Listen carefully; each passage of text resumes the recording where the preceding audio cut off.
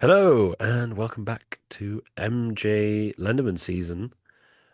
Probably by the time this comes out, I will have seen him live, so that's cool. Future Tom's very lucky. Um, Top 10 songs. It's been a while since I've done a dedicated songs video. This is pretty cool. Vanessa, how about you go first? Just before you do your number 10, any songs that just missed out, or were you pretty concrete on what you were picking? No, there were a couple. It was kind of an effort to not make it too Manning fireworks heavy, but like Rip Torn just missed and Hangover Game from both songs were probably the two biggest snubs, I guess. Yeah, that makes sense. Yeah. Well, you got number 10. I have Heartbreak Blues from the self-titled at number 10. It's the only one from this album that I ended up picking, but I think it's the biggest standout. It has a really effective and pretty melancholy melody, and I love the build to it, to that part where he says, "You will be my savior," and the pedal steel throughout that I really think enhances it. And like most songs on the album, it's a slow burn, but I think it's an effective one. And that intense moments that really burst through near the end really enhance it for me. So I think that's what made it stand out the most, since that style is one that I'm not against that style, but it's not necessarily my favorite thing. It's got to be done well for it to work for me. So yeah, and I think that's this song's the best example. Yeah. That was on my long list. But Yeah. my long list was 22 songs long, so I'm not going to name all of them. But if you bring them up, I will. Yeah. My three honorable mentions I really want to shout out are all from boat songs because I could only get one song from boat songs on my No. top 10. And they are You Have Bought Yourself a Boat, Tastes Just Like It Costs, and Under Control. So Mhm. my number 10 is You Don't Know the Shape I'm In from Manning Fireworks. You mentioned the clarinet as he sings clarinet, Yeah.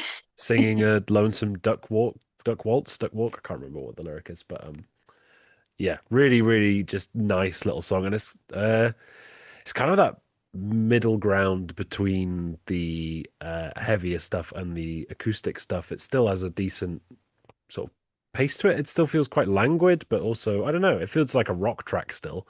Um, Hmm.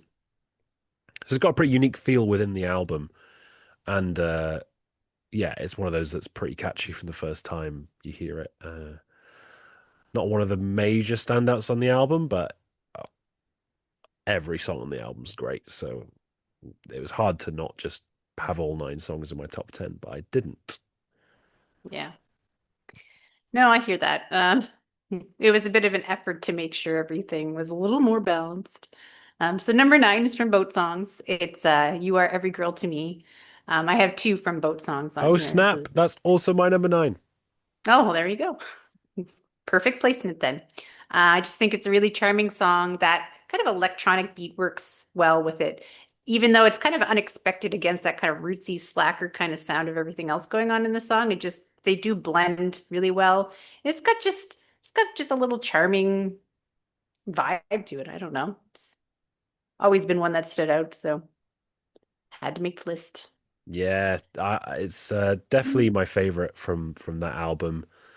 I love the line, "Jackass is funny like the earth is round." Like Yeah. that is oh, it's so good. But yeah, someone I think it was on the Rating Music comment box, someone noted that it's very Yola Tango.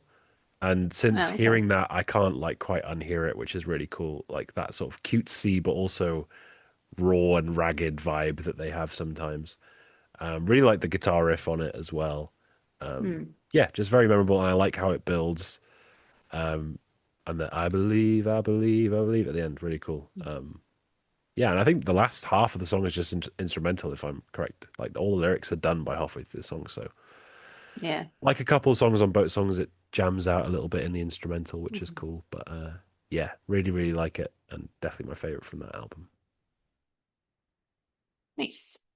Well, we're going to Manning Fireworks already for number eight. So I'm going with Joker Lips. One that I really like a lot. I think it really kicks off the core of the album, like I said in the album's video, but it's still not quite like a favorite. Like, well, it is, but it's like I like a lot of the other songs coming after it a bit more, but I still think it's very effective in its placement and it's still a great song. It's kind of one I struggled a little bit how to place it here, but I think this is the right spot for it. It's just, like a lot of the songs on the album, just super catchy and yeah, really memorable right away. And charming. He's got just the whole like Joker lips thing. It's just kind of funny. The lyrics and the mask thing. I don't know.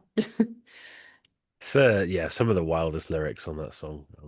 If you've heard Yeah. the song, I'm not going to say it, but you know the line I'm talking about. Um, my number eight is also from Manning Fireworks, already my second from this album, and I've gone with the title track at number eight, Oh, which I okay. know we kind of not dismissed, but put down as more of an intro or a prelude. But I don't think that makes it any less of a great song. And like I said, Hmm. you know, it just serves two different purposes. Listening to it on its own, it's a great little acoustic track that I really love. And listening to it in the context of the album, it feels more like an intro. And that's not dismissive. It's just a great introduction to the album. Yeah. And I am singing along to it every time, even though it's super mellow and acoustic. The lyrics are really memorable, and so is the melody.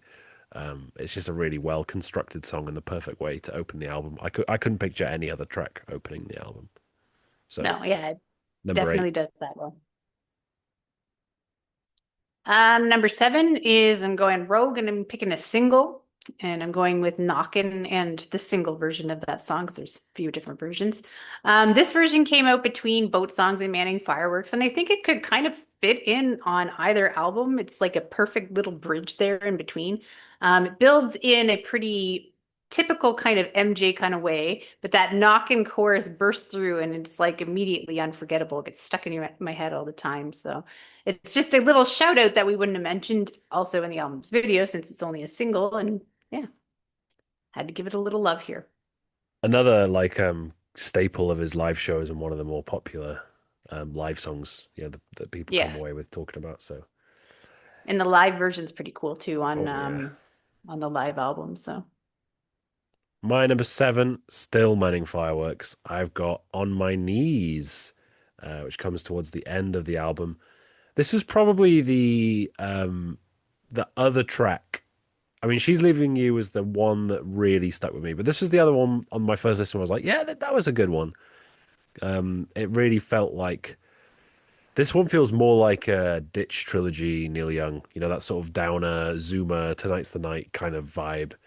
Um, hmm. but yeah, super catchy, super memorable. Maybe not the most memorable lyrics on the album, but I don't Hmm. think that necessarily matters because it is melodically and musically super, super distinct and kind of when you a lot of the song titles from that album, you just read the song title and you get the song stuck in your head. So yeah, Yeah. that's my number seven, On My Knees. Well, that's my number six. So just segue right into it. So it's kind of a funny one, actually. It's often one I wouldn't say I forget about it, but like when I first got into the album, there was those immediate highlights like She's Leaving You and Rudolph and all those songs. And this one I'd kind of just not think of when I was thinking of the album, but every time I'd listen to the album, it would draw me in. I'd be like, oh yeah, this song's great too. I can't forget about this song. So yeah, that's why it ended up here. I just think it's like you said, really memorable melodically and maybe not as like because the lyrics aren't quite as quirky as some of those other songs, you're not thinking of those lines and those hooks the same way, but it's still got the hooks. They're just in a different way. So that makes it special too. So yeah, number six. It feels like a more traditional folk rock track compared to the Yeah. quirkiness of some of the other songs. My number six is my sole pick from the self-titled. It is Left Your Smile, which actually features Indigo D'Souza on backing vocals, which I just found out recently, which is quite interesting. Hmm. Um, yeah, wow. This song is absolutely magical and definitely my favorite discovery from doing this. Well, joint favorite with my number five, but just soul crushing. I just love the I have already felt the pain refrain. Oh my God. It is yeah, pretty brutal song and I don't have much to say about it. It just kind of speaks for itself. It's one of those like Yeah. long, atmospheric, but also melodic and unforgettable tracks. And I've been listening to it a lot the past couple of weeks. So yeah, really, really beautiful song. Left Your Smile, number six.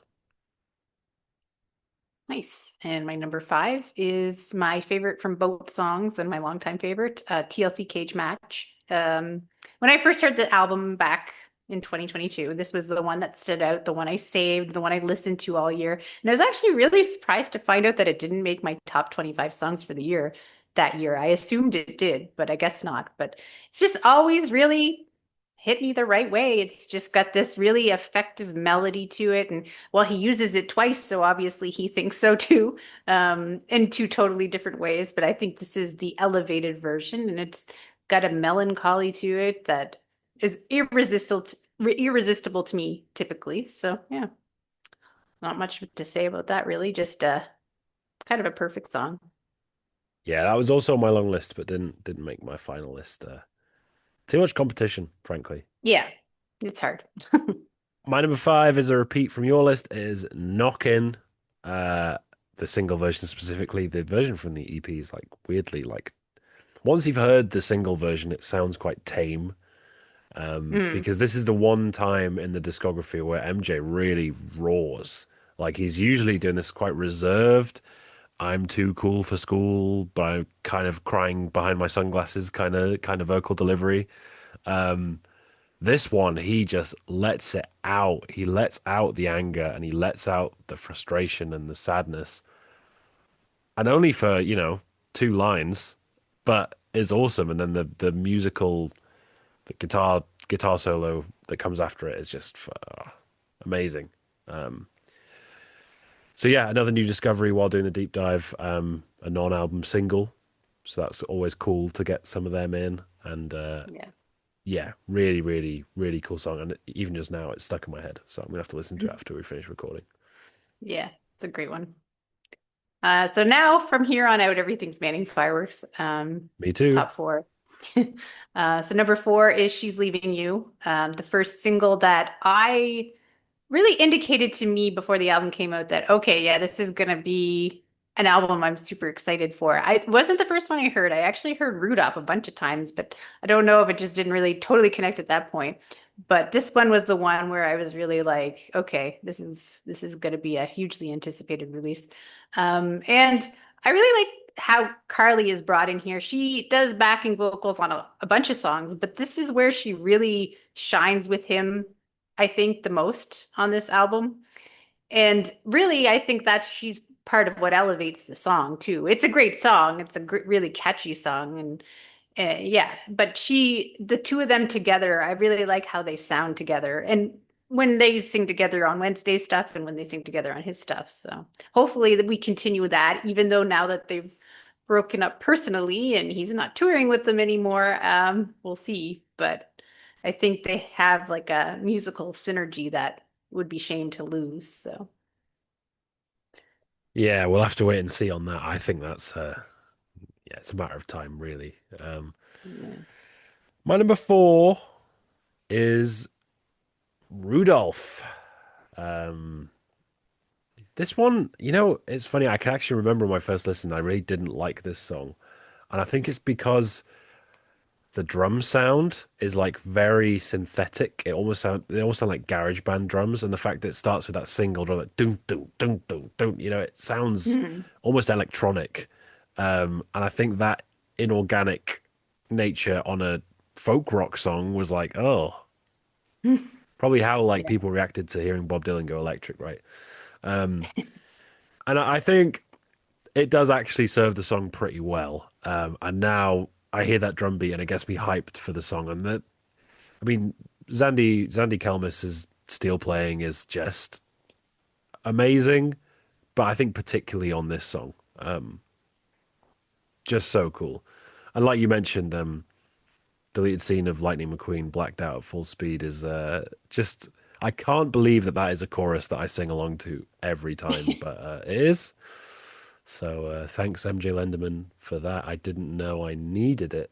Um, I see you've not brought it up yet, so I imagine it'd be high for you. I actually didn't think it would be this high, but it ended up being this high because I love it, and it's a bit of a sneaky one for me, but Yeah. really great track because it's kind of surrounded by a lot of perfect songs, and Hmm. it took me a while to realize, okay, well, this is actually on the same level as those, or maybe slightly below, but still, yeah, amazing.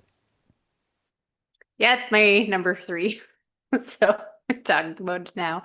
So yeah, it was a single quite far ahead of the album actually, which I don't know that I totally realized. And I think it came up sort of in things that I heard maybe as like a algorithm kind of thing after different albums, because I definitely listened to it beforehand, but I don't know that it totally registered until the first time I heard the album, and it really, really hit me then, and then it's continued to be a favorite from there.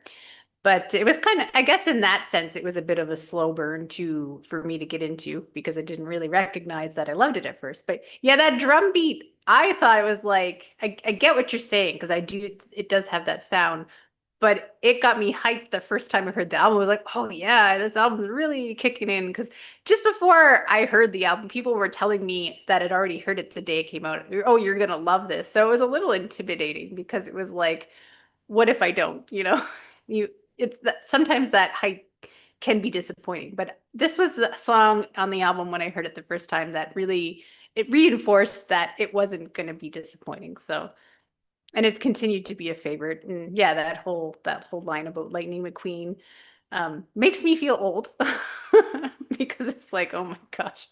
But it's a great hook all the same. Well, yeah, I love talking about his music, but it just the reminder that he's, I think 16 months older than me is absolutely disgusting. Yeah. I hate it. Um, Well, but anyway, I won't even talk about how much younger he is than me. Ugh, it's yeah, crazy. yeah. Um, my bronze medal, my number three is wristwatch. Um, I mean, I got a houseboat docked in the Himbo Dome. That alone should get a song into the top three. But this is another one where the intro is just an instant. Maybe again, not the first time, but right now, and the intro is there's an instant hype builder. And I think Yeah, this is probably this and She's Leaving You are the two songs that have received the most praise and the most like attention. I feel like this is yeah, the one that's had the most play. This is the one I've heard in cafes and stuff the most, which is cool. And yeah, it's got this like cool, almost like dad lyrics, where he's like yeah, saying, "Well, my wristwatch has got a compass and a megaphone," and it's like, um, I don't know. There's something really endearing about it, knowing that he's 25 or 26, or how old he actually is. Um, but he's almost using it then to as a play on like how technology is making us so reliant on it and how really it leaves us alone. And I've kind of interpreted it as kind of like comparing yourself to other people on social media and stuff, and how you've got a wristwatch that tells you you're all alone. It's that's what technology is there to do. It's there to make you feel bad about yourself so that you spend money and mm, to try and make your life better. It's kind of how I read the song, but it also is just a silly little song about like being a boomer. So really great, and I think in most discographies it would have a shot at the number one, but this album is just too loaded, so it's number three. Well, I haven't talked about it yet, so it's coming. But my number two is You Don't Know the Shape I'm In. Um, just really loved this one. And it's another one that I liked at first, but it's almost like those songs that didn't necessarily burst through immediately on that first listen are the ones that stick with you even more as time goes on. And that whole clarinet aspect is just really, really cool on this song. And I think that's what elevates it as well. And it's got a little bit of that melancholy kind of sound to it that I like mixed in with everything else. So yeah, it's just a standout for me and it's hard to really say much more about it. Yeah, just really like where it fits in on the album and it kind of gets you ready for that last leg and yeah. Yeah, I think the first time I saw the track list, I was wondering if it was a reference to the band song or what. Mm, But yeah. yeah, I guess not. And I kind of alluded to it more to Vanessa than on camera that the song list was fairly easy. The hardest decision for me was one and two because Hmm. it'll depend on the day. I will Yeah. say my number one has maybe taken a bit of a lead just over the past month or so, but both these songs are all timers for me, never mind of the last 10 years of all time. You know, two of my favorite songs ever. So my number two is gonna have to be She's Leaving You, which is crazy to think considering this was the song that was so good that it hooked me in. The bass line is unbelievable, so simple but so captivating, and I've always been a sucker for songs with that sort of driving, repetitive bass line. You know, it's the dreams effect is what I call it. It's that kind of bass line. And this has that and some amazing guitar work as well. A really catchy chorus. I actually remember I was in work and we were in the kitchen washing the dishes and I put this song on. I had a playlist on, and my friend had never heard this song before. And by the second chorus, he was singing along because it is that instantly memorable. And it was almost like we were washing the dishes, and it's like falls apart. We've all got work to do, and it was the perfect song for that moment. And then, like you said, Carly, especially at the end of the song, where it just comes out, and then it is just that bass line and her vocals, really taking the emphasis away from himself on a solo album was really Yeah. cool to hear.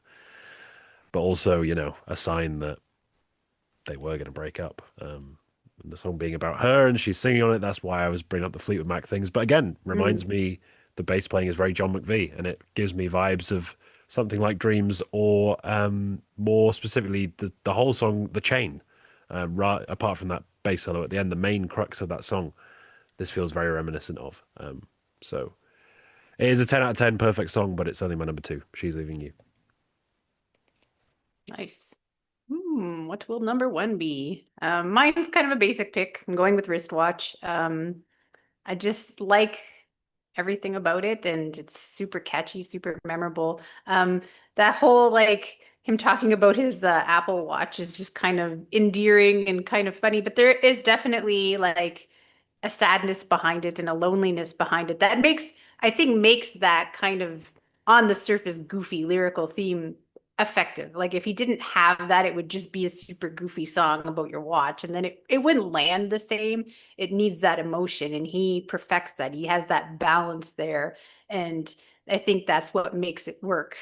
And it's just super catchy, super hooky, super memorable. Like it was one that I hadn't heard before the album that just immediately hooked me in and continued to be a favorite as people kept playing it and drawing attention to it. So when I came to the list, it was difficult to order them. Like you said, like I knew it was going to be this core of songs from the album, but exactly how they'd fall, I wasn't totally sure, but it just felt right. I might change my mind down the line. I mean, these are always evolving, but as a snapshot right now, it's my favorite. So And my number one is Jocalypse. Um, Poor. This is a absolutely addictive song. And I think I've had my addiction with She's Leaving You, and that happened shortly mm, after hearing the album. My addiction for Jocalypse is still going, and I cannot stop listening to it. When I think about the song, I have to listen to it. I did mention that the steel on Rudolph was probably my favorite, but actually that opening little part of Joe Calypso is so catchy. Like you just like, "Ba-da-doo, doo, ba-ba-doo." Oh, every time it's like you get sucked right in. What I love about it is that it's so sparse as a song in terms of lyrics. You know, you get to that chorus, you know, I love my TV, and then the song's over. So it like builds up to that chorus, and that's the end. So it makes you just want to mm. replay it and replay it and replay it. I think that's a great quality. So yes, that is my number one. Uh, had a bit of a frog in my throat there. But I think probably the height of his humor. um, Fantano was like going through the lyrics of this song, like taking it super literally, and he was like, "These lyrics are dumb," and I'm like, I don't "Yes, know. they are." That Like, that review is kind of weak sauce. Like usually I respect his style, but I think he was, I don't know, a little reductive on that and really just focusing on that element without really thinking about how it works together, which is really an important piece. Like it's one thing to read the lyrics as a surface level thing, but it's a part of a bigger whole. And I and he don't was think he also really, like, I think most of the lyrics he read were from Rip Torn, which, yeah, I think most yeah. people will tell you that has the lyrics that come the closest to being too much, but it Mm, still pulls off in the context of the album, right? yeah. So there you go. Top MJ Lenderman songs. Let us know if we missed any of your favorites. I'm sure there are some big Boat Songs fans out there who are sad to have not Hmm. seen, some of them. I Yeah. know the self-titled album has a lot of fans online as well. So, Hmm. um, yeah, hopefully I have a great time seeing him, um, which again will now be in the past by the time this video comes out. And yeah, if you didn't know MJ Lennon before this, please do dive into his stuff. He's really talented, and he is. I was gonna say he's the next big thing, but he's kind of the current big thing. So, Yeah. yeah, thank you very much for watching, and hopefully we will both catch you soon. Subscribe to Let It Be.